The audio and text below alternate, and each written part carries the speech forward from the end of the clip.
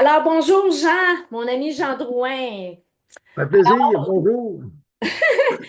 Là, je veux juste t'interviewer, faire une petite entrevue avec toi concernant le colloque sur la santé hormonale, autant hommes que femmes.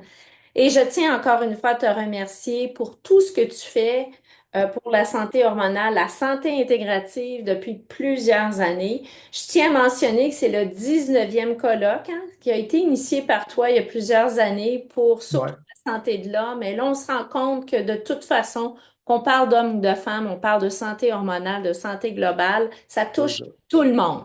Voilà. Alors, j'aimerais ça que tu me dises en brièvement le colloque a pris d'autres orientations.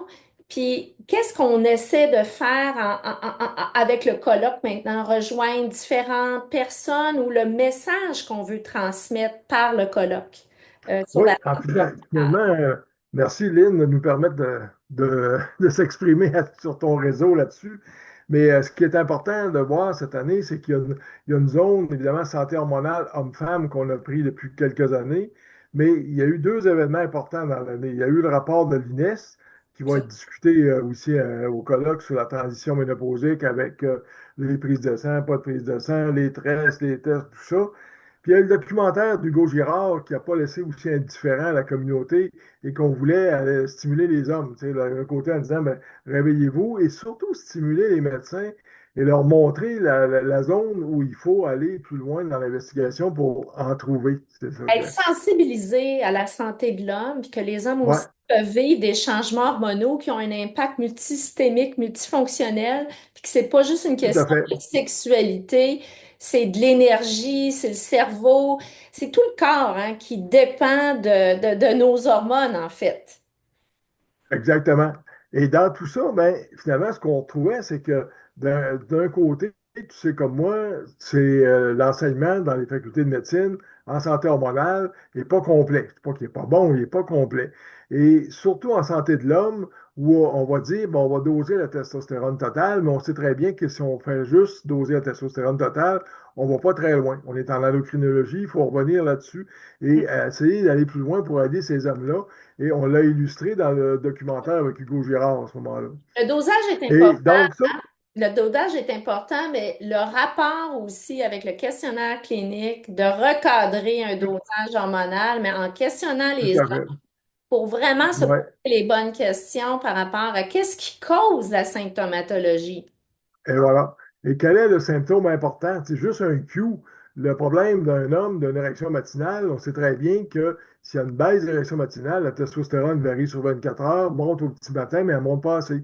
Alors, juste ça, c'est une question majeure à aller chercher. Donc, deux thèmes, santé de l'homme, santé de la femme, qui sont c'est assez blindés jusqu'à un certain point.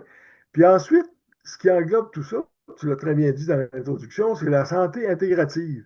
Parce que les médecins qui vont présenter, les gens qui sont là, qui viennent nous entendre, il y a aussi l'ouverture ailleurs. Et on voit dans le programme, par exemple, que dans ta présentation que tu vas faire sur la santé vaginale, qui est extrêmement importante et qui est mal comprise, encore une fois, mal enseignée ou pas assez enseignée, tu pas mal dans les facultés.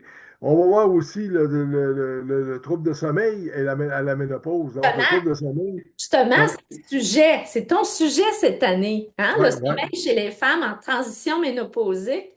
ouais. C'est un défi parfois parce que ça a des conséquences catastrophiques sur plusieurs fonctionnalités de manquer de sommeil ou avoir des troubles du sommeil. Fait que là, tu vas nous entretenir là-dessus, toi.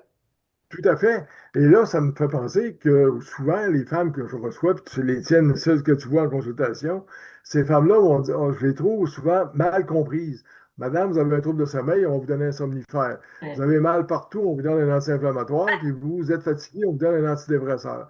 Mais là, on va essayer de comprendre à travers ce colloque-là que peut-être que si tu as un problème de sommeil, on devrait s'attacher, s'attarder à la progestérone, essayer de voir qu'est-ce qui peut se passer, est-ce qu'on peut t'aider. Et les femmes, tu sais, comme moi, qui prennent la progestérone, vont dire, j'ai l'impression d'aller dormir avec ma nounou comme quand j'étais petite. Alors ça, c'est intéressant de voir que c'est un sommeil plus naturel, si on veut, à ce moment-là. Tu parles de Donc ça va être cette conférence-là.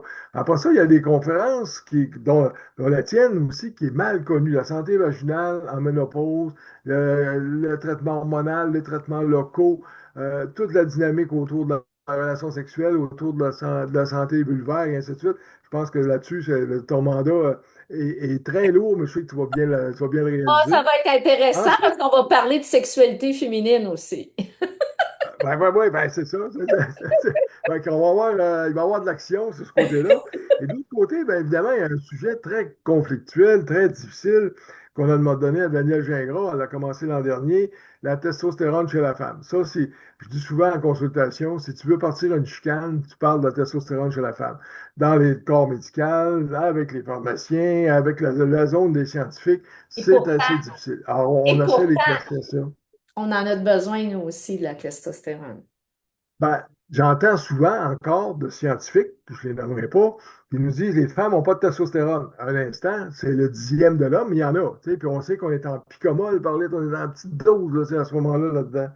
Puis ensuite de ça, ben, dans le programme, on a osé aller plus loin parce qu'il y a des femmes qui ont des symptômes vasomoteurs, il y a des femmes qui ont chaud, qui ne peuvent pas prendre d'hormones ou qui ne veulent pas prendre d'hormones.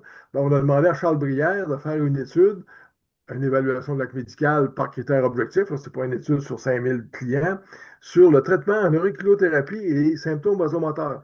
Alors ça peut être une pièce intéressante parce qu'on sait qu'on se retrouve souvent avec des femmes qui ont un cancer du sein, que l'oncologue ne veut pas qu'on prenne d'hormones, que ces femmes-là sont prises un peu en otage, mais ils ont chaud.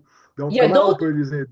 Il y a d'autres façons de moduler les hormones, puis il y a des thérapies complémentaires qui peuvent nous aider. Et voilà, L'auriculothérapie, l'acupuncture en sont des exemples. C'est c'est intéressant ça. qu'on Ouais, présente là-dessus aussi sur d'autres solutions. exactement.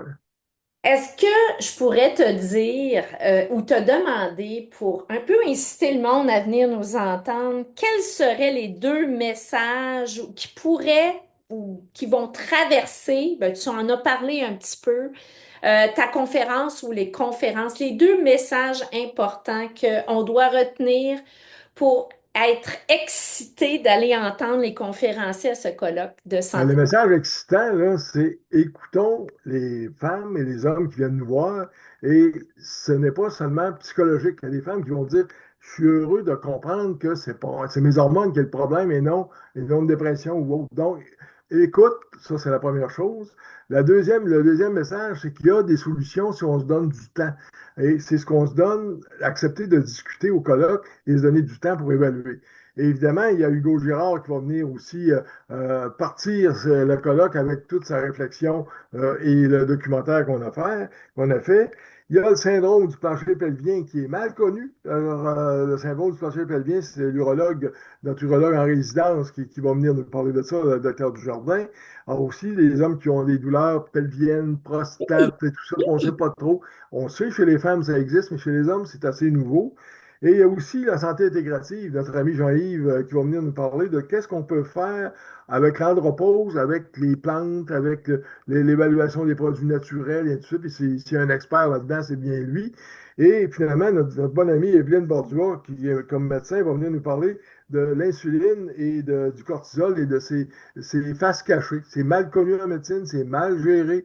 Les gens nous le demandent, ils vont sur Internet, ils vont dire, avez-vous dosé mon cortisol? Je peux bien le doser, mais on fait quoi avec après? Tu sais, c'est ça. En fait, tu touches quelque chose de très important parce que quand on parle de santé hormonale, on parle pas juste des hormones sexuelles.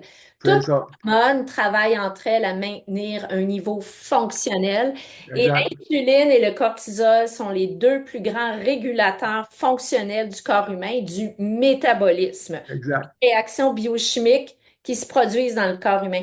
Donc, c'est très Tout important aussi de regarder l'interaction de ces hormones-là en à fait. changement ou en transition hormonale. Donc, Et c'est ça. Et on les oublie trop souvent. C'est ça qui arrive. trop souvent. Ou on ne sait pas quoi faire avec.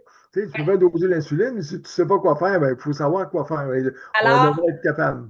alors, on lance l'invitation au Oui, 19e colloque de la santé hormonale avec des sujets super intéressants, des conférenciers expérimentés, tout à fait. compétents aussi. Oui.